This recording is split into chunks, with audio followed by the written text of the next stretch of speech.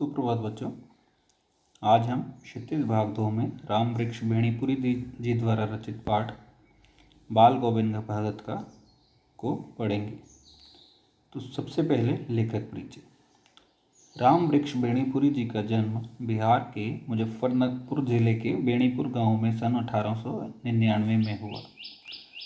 माता पिता का निधन बचपन में ही हो जाने के कारण जीवन के आरंभिक वर्ष अभावों, कठिनाइयों और संघर्षों में बीते।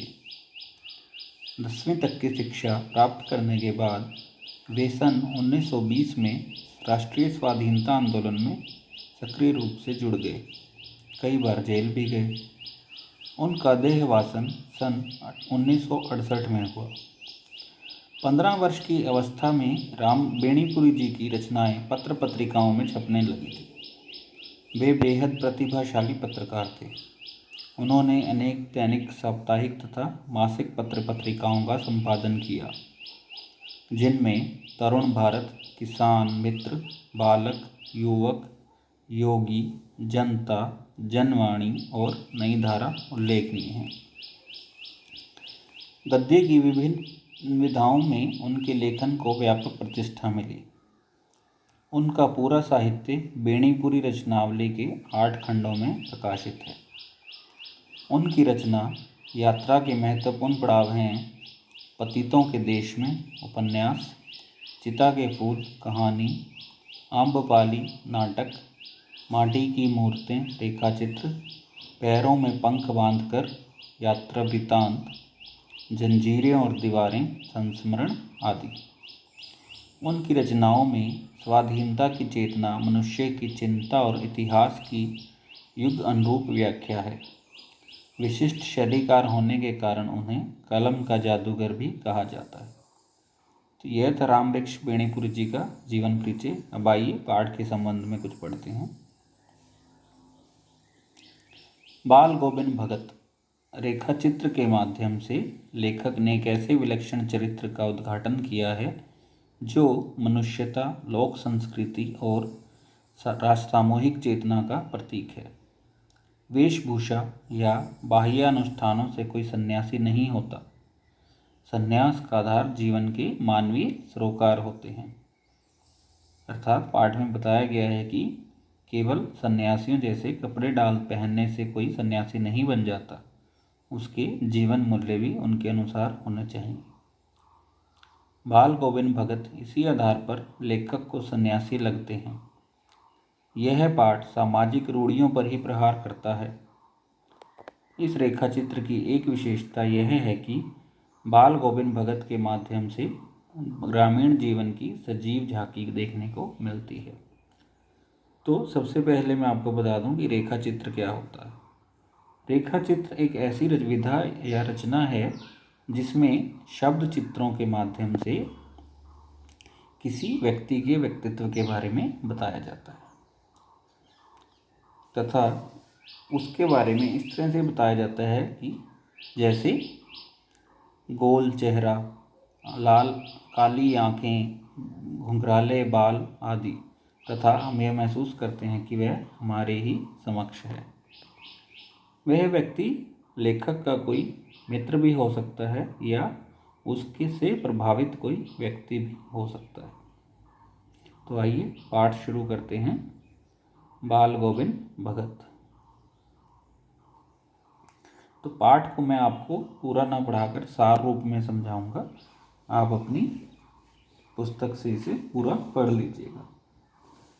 60 वर्षीय मंझोले कद के गोरे चिट्टे आदमी, जिनके पके हुए बाल, लंबी दाढ़ी, कमर में एकमात्र लंगोटी, सिर पर कबीरपंथियों जैसी कनपटी टोपी, मस्तक पर रामानंदी चंदन, गले में तुलसी की माला आदि से सुशोभित बाल गोविंद भगत कपड़े बिल्कुल कम पहनते थे। सर्दियों में ऊपर काली कमली ओढ़ लेते थे। ऐसे भगत बाल गोविंद के बाह्य वेश से साधु नहीं कहा जा सकता, क्योंकि वे गृहस्थ भी हैं, खेती बाड़ी है और अच्छा साफ सुथरा मकान भी है। यह सब होते हुए भी साधुओं को सभी परिभाषाओं पर खरे उतरने वाले भगत हैं। भगत कबीर को साहब मानते थे। उन्हीं के गीतों को गाना, उन्हीं के आदेशों पर चलना, उन्हीं जैसा व्यवहार रखना, स्पष्ट वक्ता, किसी की चीज़ न छूना, ना बिना पूछे व्यवहार में लाना, यहाँ तक कि शौच भी अपने ही खेत में जाना उनकी प्रवृत्ति थी। उनकी सब चीज़ साहब की थी। खेत में जो कुछ पैदा होता उसे भी साहब को भेंट कर प्रयोग में लाते।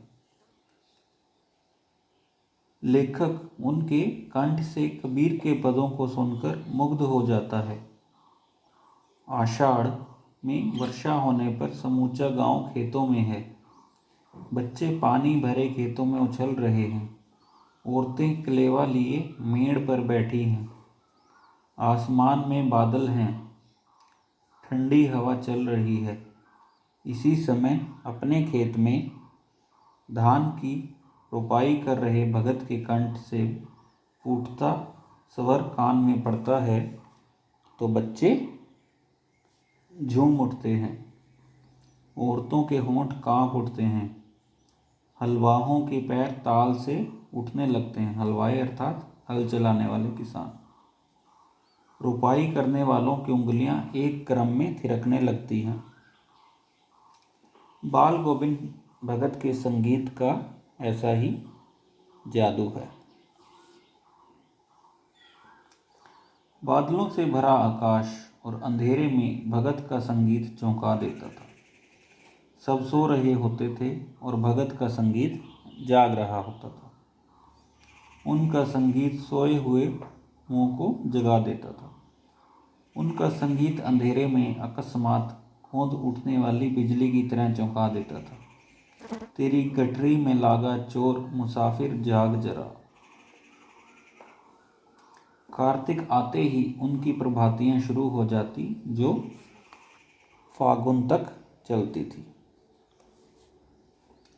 इन दिनों सवेरे ही ना जाने कब उठकर गांव से 2 मील दूर नदी में स्नान करके लौटते और गांव से बाहर पोखर के ऊंचे भिंडे पर बैठकर खंजड़ी लेकर गाने लगते थे। खंजड़ी अर्थात एक तरह का वाद्य यंत्र, म्यूजिकल इंस्ट्रूमेंट।